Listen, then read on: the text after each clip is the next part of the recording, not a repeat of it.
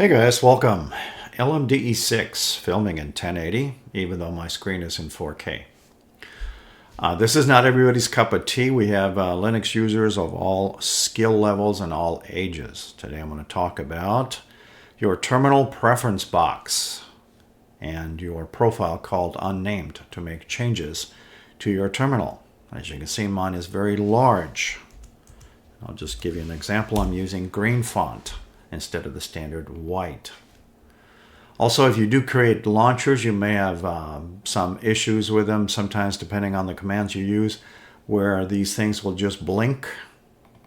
I assure you these are fully functional, but they just blink when I do that, because they actually process the command for that and actually close the terminal box. If you actually slowed the video down, you'll probably see the terminal box was open.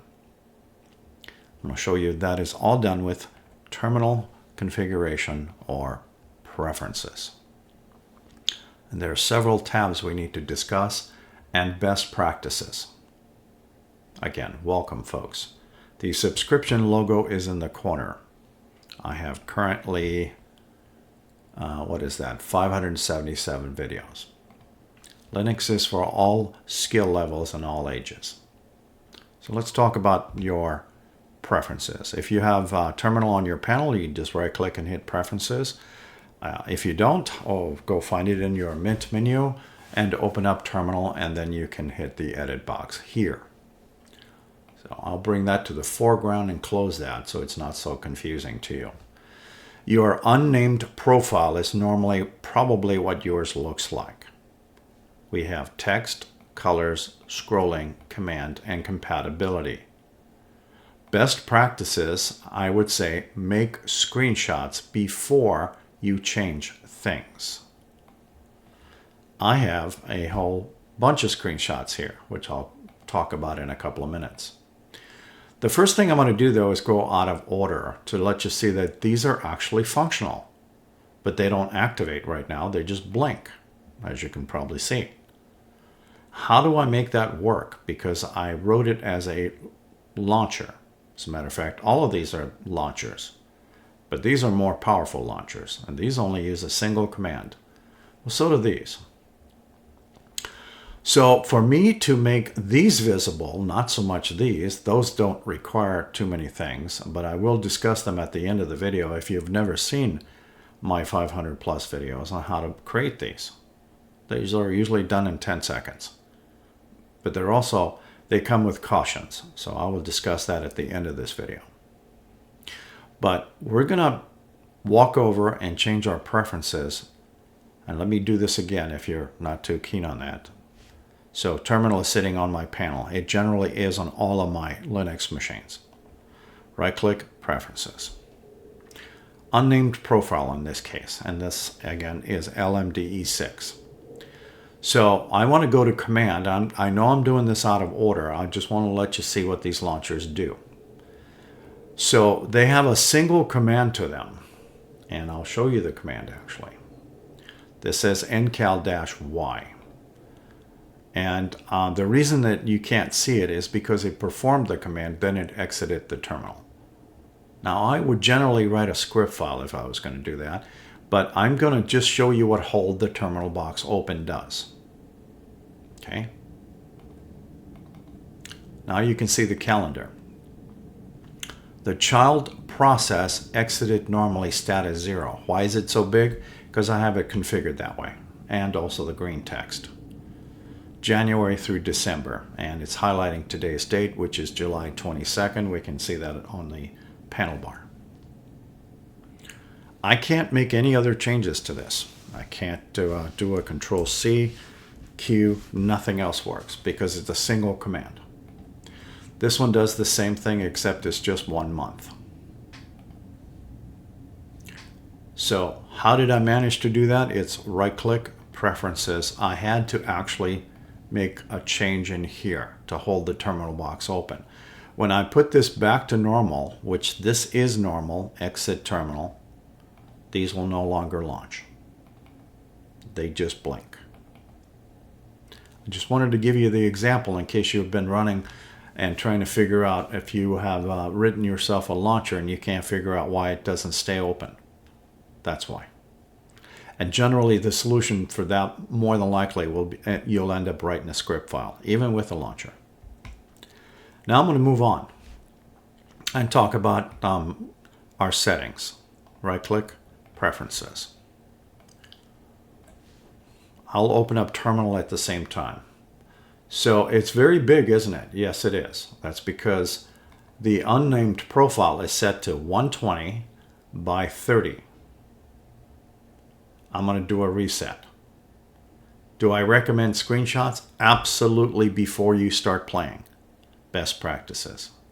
So I'm going to return this back to 80 by 24 and no custom font. Currently, I'll leave the green on black. And then I'll close and reopen so you can see the terminal box that's being reconfigured. So my folders are still blue, but if I run the cal command or the endcal command, it's still green. I will also show you manually how to resize this in a couple of minutes. But we're going to stick with the configuration. Now you can either open this up this way, click Edit, Preferences, or you can right-click with your computer mouse and hit Preferences and hit the profile. And again, generally it probably says unnamed on yours. So let's first make the change here. I'm going to make this 100. And then over here, the 24, I'm going to change that to 30 rows. At the same moment, I'm going to use a custom font. Maybe not 17, but let's crank that down to maybe a 15. And close and reopen. It's a manageable box, manageable window. Just giving you a couple of examples to let you know that I'm still using green. This time I'm going to use Edit, Preferences, and now I'm going to talk about screenshots and why they're important. I have screenshots here. I took a screenshot before I played with the text colors. The text and then colors. The next box over is that. How do you do these kind of screenshots if you've never done them? Well, there's going to be probably a couple of you folks out there that have never done this. So head on over to your Mint menu and type in SC, screenshot. Your screenshot tool has screen, window, or selection. I generally like the window one.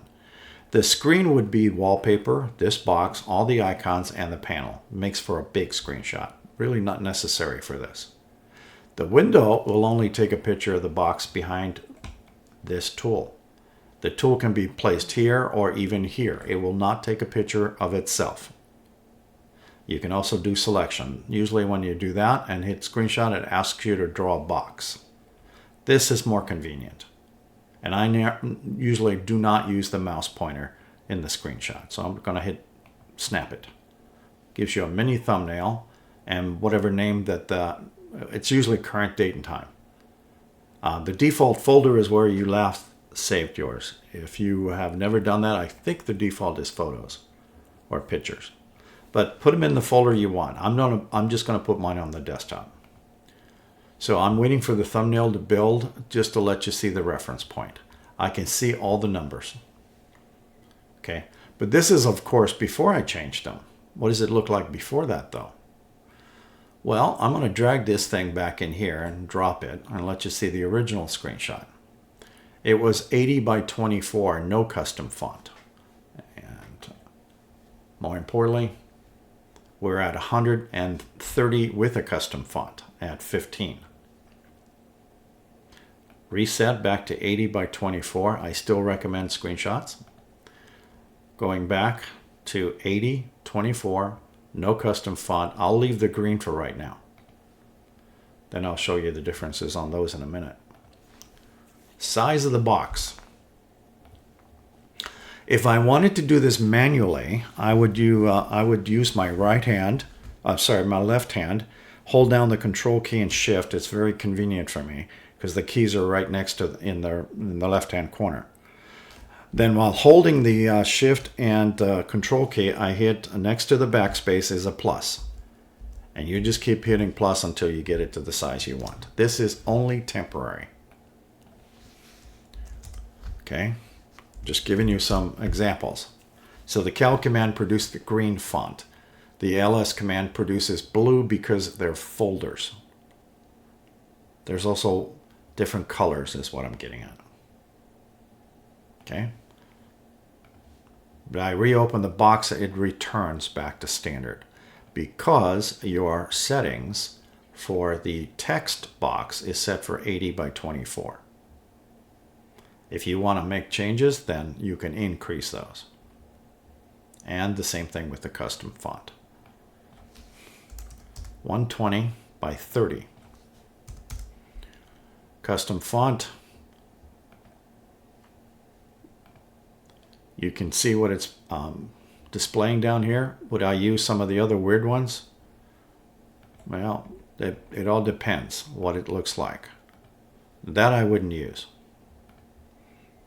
So you're not going to have the full selection as you'd probably do in your word processor, but generally, like I said, monospace I believe is default. I'll set that to 15. And then I'm going to reclose the box and reopen, just to let you see it. So the window is plenty big in my case. All right, so let's talk a little bit about, actually, let me do INXI to let you see it's in green. That's just system information.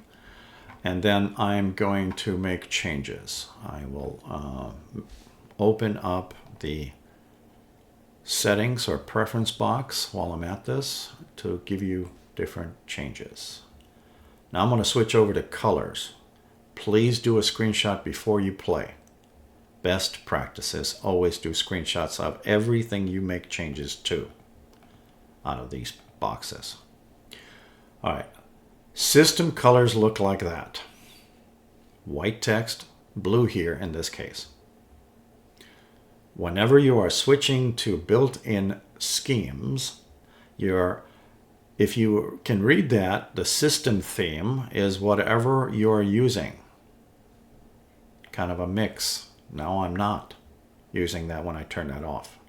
I'm currently using green on black. You can probably tell that, but I will start at the top. Black, light yellow, black and white, gray, green you have already seen, white on black, gnome light, gnome dark, tango light, tango dark, solarized light, solarized dark, and the last one is custom. Whatever you're into. I'm going to switch this back to green on black. I'm fond of that color. Not everybody's cup of tea, of course. But in either case, whenever you're dealing with the size, the initial size, okay, remember I can overwrite that. But also the fonts play into this thing. So if I reset the box to 80 by 24, but leave the custom font at 15, let's close and reopen. So the box is still enlarged because of the fact that there is a relationship with your custom font to the initial terminal size of 80 and 24. Let me turn this off and let you see what I'm talking about. Remember, I'm still using that green on black thing. But the custom font makes a change when you do this. So I will crank this down to maybe a 10. Slight changes are occurring to my box.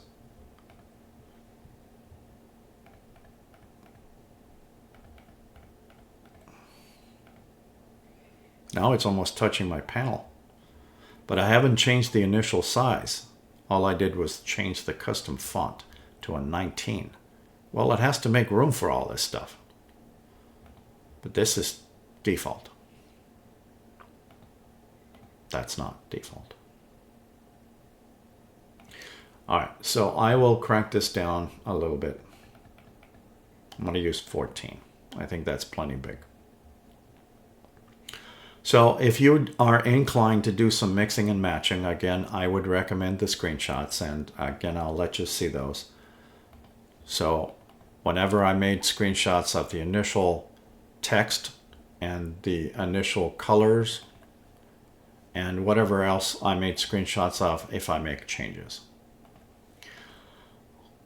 Now, since I can run these by themselves, but you can see they're blinking right now because I have this set to standard. If I just need that temporary, I can go to the profile, hit command, and have the box held open. Then I can run these things successfully. I just get the child process exited normally set as 0. But I could do it that way. I can also hold down the Control, Shift, and plus keys to also make those bigger. But I can't make any changes in here. I'm typing in C, Control C, Q, my, and this was the single. All right, so I'm going to turn this off. Just putting that back to normal. Exit terminal.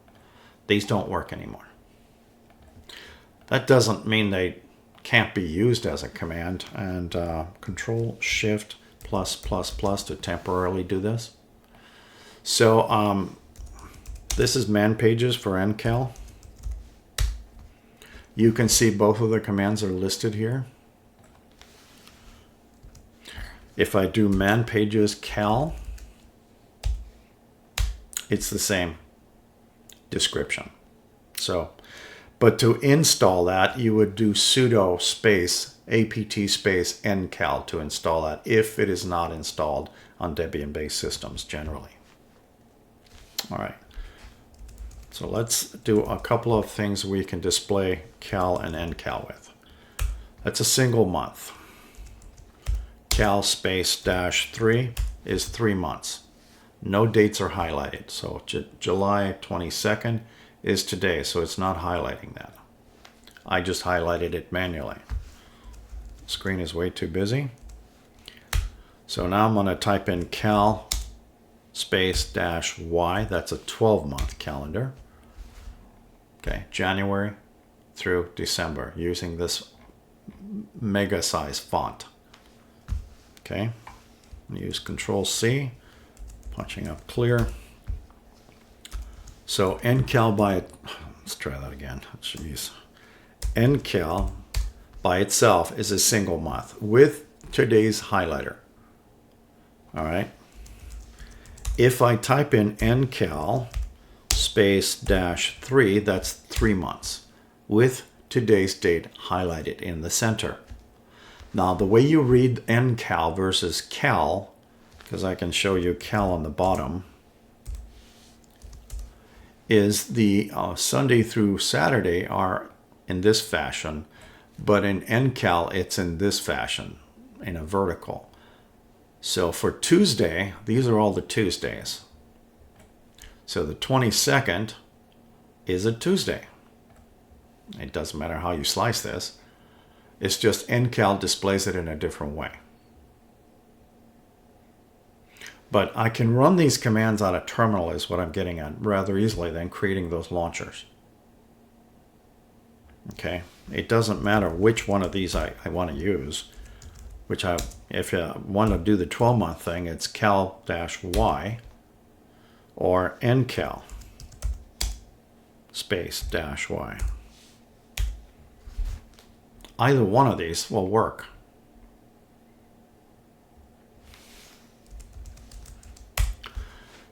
Some of you folks have just started using terminal. Control H. Why am I showing you your file manager? Bob is just a made-up name. The bash history, which is listed right here, has a dot in front of it. A period. Bash _ history. There's a lot of reasons why the developers use an underscore. Especially if you get into script files. I explained that actually. But the bash _ history is the list of commands. And scrolling down to the bottom, these are the last commands that I performed without numbers on them. Now you know where the file is stored. How do you display it in here though? Just type in the word history. And when you do, it'll have numbers on them. There are 307 entries that I have. I can scroll to the top to number 1, but I don't think it's necessary. Do you see that command that's 289? That will run a inxi space dash big fxc. That is system information. How would I utilize this history file to my benefit without having to type that in if I had a long command? You use an exclamation point, and that's generally Shift and the number 1 key on your upper row of your keyboard. So it produces that symbol. Then type the number, 289 in my case, and hit enter, and it'll run that command if it's valid. It automatically punched that in for me. All right, I'm going to hit Control C, and then I'm going to punch up clear and type in the word history again. If I decided I want to do an ncal y instead of me being lazy and typing that in, I could do an exclamation point 305 because that is that command. It takes me just as long for me to type that. But nonetheless, you can see some value to your history buffer, because if you have long commands, I have some at the top over there, you can probably see some of them. That's a little bit easier than to deal with. So the last thing I'm going to talk about is these two icons here, and now I'm going to give you the cautions.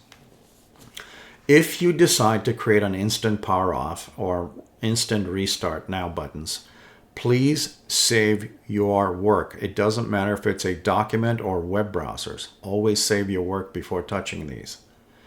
You double click and it'll power down my system instantaneously. It'll terminate my video in a heartbeat. Same thing with this. It'll shut down the system, then restart it. These are single commands and they're just launchers. How do you make them? Right click, create new launcher. Give it a name, whatever you want to call it. You want to call it S? That'll be fine. What is the command for this? Well, if I were to right click on this thing, you can see that I have a command here called power off. That's all I need to punch in there to make that stop sign turn into one of those blue arrows. See, power doesn't do it, but power off will, because it's a valid command. You just point at it. It says valid executable. I sometimes write script files also, which I browse for and let that use commands. But this one is extremely easy to use, and you can create this in 10 seconds. It takes me longer to explain it. So that's the command for shutting down your system in a heartbeat. I've shown different derivatives like systemctl and other different derivatives of power off now, and there's all kinds of different ways to shut down our system depending on what kind of system we're dealing with. In Linux, not all Linux systems are created equal, as they say, but a lot of the commands are the same. What about the red stop sign looking thing? Well, click on the rocket. Type in the word shut, and you will find the red icon right there. If you're using dark wallpapers or backgrounds, I would caution you using dark icons. That one there looks like the old style wall switches. But if I wanted to use the same icon, you can see that my S is all I need. I can make a better name for that S by calling it shutdown. Does it require terminal? No, unlike these do. Dedicated GPU? No. Be very careful when you create these, folks. Now, as soon as you hit OK, it's going to ask you another question. Do you want to save this in your Mint menu? It automatically created that icon, but it's asking you if you want to answer yes. Then it'll create another one in here. which means that if you delete these by accident, you will have them in your Mint menu. I'm going to answer the word yes this time. Remember when I did that, I said no. Now I have an extra icon in my other category called S. These are extremely powerful. You double click, it'll power your system down in a heartbeat. What's the one for this one? It's called Reboot. Very simple. However, I think if you look for the reboot icon, it will be black if I recall. So you may have to find a different icon. I don't recall where I got this, if it was sitting in here somewhere or if I used a custom icon. I don't recall. But you can use any icon in the system, including that black one. But again, if you want a black reboot icon, depending on your wallpaper, you may want to pick another color or a different icon. You can certainly use custom icons also. And if you decide to use custom icons, I do have some recommendations for you that are not part of this video, which has to do with when your system reboots. Anytime you put in custom icons anywhere on your system, it needs to be in a place where the system needs to find them in a reliable way. And you may want to watch those videos if you do custom icons. And I do recommend watching these kind of videos in their entirety when you do that. But now you know how to do a quick one of these. Instantaneous power off and reboot icons or restart. I think I'm done. Thank you folks for watching.